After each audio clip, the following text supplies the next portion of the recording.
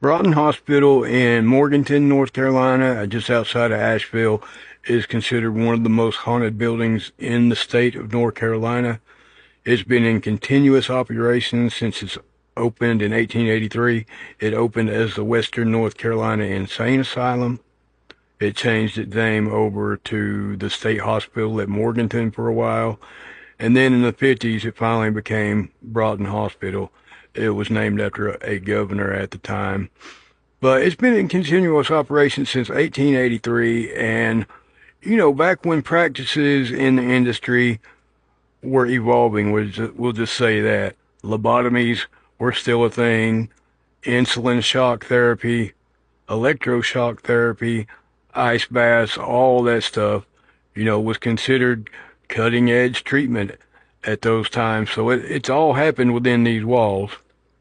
Now, one of the more famous incidents that happened at Broughton was in the 60s. It was April 12th of 62.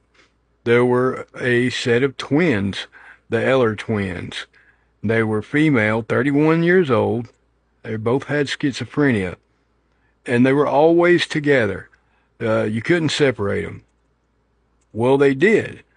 They separated and put them on different wards, and they both passed away that night. Like within hours of being separated, they both passed away. And here's the thing. They did, of course, full autopsies, toxicology reports, and only 31 years old wouldn't.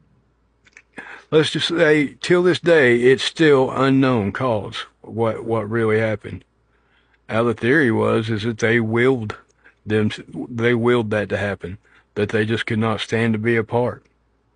That's one of the more famous incidents at Broughton, but probably the most famous incident happened between a doctor and a nurse who were having an extramarital affair.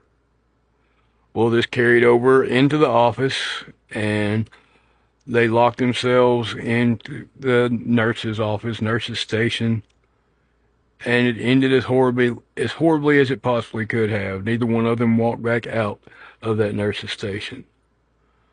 And to this day, in that administrative part of the building, apparitions, full body apparitions of like a doctor in a lab coat or a nurse in a nurse's uniform are reported. Heated voices, like arguments, are reported.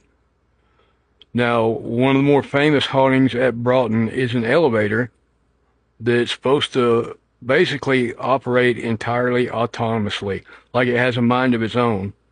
And not only that, you're likely to see a spectral lady wearing fuzzy pink slippers. You can't even make this kind of stuff up. It's been reported by so many people that you can't even, you can't look past it anymore. But Broughton's got the whole works. I mean, disembodied voices in buildings that they don't even use anymore. The police have had to come because they hear screams and stuff. So the police are called to investigate. Of course, they find nothing. EVPs, cold spots, the whole works. Now, if that wasn't creepy enough for you, there is a whole network of underground tunnels underneath Broughton.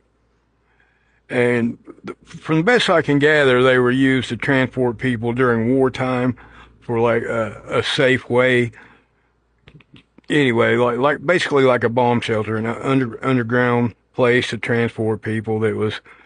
Everything was bomb proof back then. But that's Broughton for you. I just could not have an Appalachian Ghost Stories channels and not tell you guys about Broughton.